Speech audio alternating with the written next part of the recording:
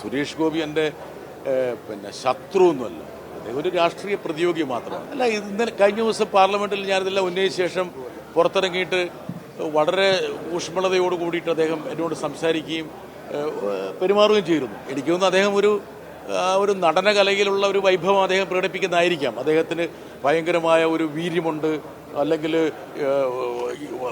ഉഷിരുണ്ടെന്നൊക്കെ തോന്നിപ്പിക്കുന്നതായിരിക്കും. ഞാനെപ്പോഴും പറഞ്ഞൊരു കാര്യമുണ്ട്, സുരേഷ് ഗോപി പറയുന്നതിനെ നമ്മൾ സീരിയസ് ആയി എടുക്കുന്നത്. ഇത് സുരേഷ് ഗോപി പറയുന്നതിനെ സുരേഷ് ഗോപി പോലും സീരിയസ് ആയി എടുക്കുന്നില്ല, സുരേഷ് ഗോപിയുടെ പാർട്ടി പോലും സീരിയസ് ആയി എടുക്കുന്നില്ല. സുരേഷ് ഗോപി ഏത് പാർട്ടിയിലാണെന്നുള്ള കാര്യം സുരേഷ് ഗോപിക്ക് അറിയില്ല, BJPക്ക് സംശയമുണ്ട്.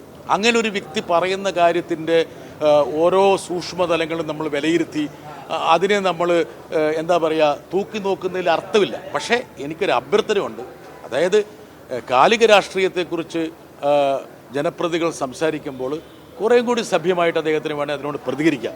പക്ഷേ അദ്ദേഹത്തിന് ഞാൻ കുറ്റം പറയില്ല. എന്താ കാരണം വെച്ചാൽ അദ്ദേഹം ദീർഘകാലം ഒരു സ്ക്രിപ്റ്റ് റൈറ്ററുടെ ഒരു സഹായത്തോടു കൂടിയിട്ടാണ് അദ്ദേഹം വിരാജിച്ചത്. ഈ രാഷ്ട്രീയത്തിലും ഒരു സ്ക്രിപ്റ്റ് റൈറ്ററെ സുരേഷ് ഗോപിക്ക് ഉണ്ടാക്കാൻ വേണ്ടിയിട്ട് അല്ലെങ്കിൽ പ്രദാനം ചെയ്യാൻ വേണ്ടിയിട്ട് ശ്രമിക്കണം. ഇനി നിങ്ങൾ മാധ്യമങ്ങൾ കൂടി വേണമെങ്കിൽ മത്സരിച്ചിട്ട് വേണമെങ്കിൽ അദ്ദേഹത്തിന് ഒരു സഹായം ചെയ്തു കൊടുക്കാവുന്നതാണ്. കുറേയും കൂടി യുക്തിഭദ്രമായിട്ട് എങ്ങനെയാണ് രാഷ്ട്രീയ ചോദ്യങ്ങളോട് പ്രതികരിക്കുന്നത് എന്നുള്ളത് അദ്ദേഹത്തെ ഒന്ന് ഗൈഡ് ചെയ്യാവുന്നതാണ്. നമ്മുടെ സുഹൃത്തല്ലേ, നമ്മുടെ ഒരു ജനപ്രതിയല്ലേ, അദ്ദേഹത്തിന് ഇങ്ങനെ തള്ളിക്കളയേണ്ട കാര്യമുണ്ടോ?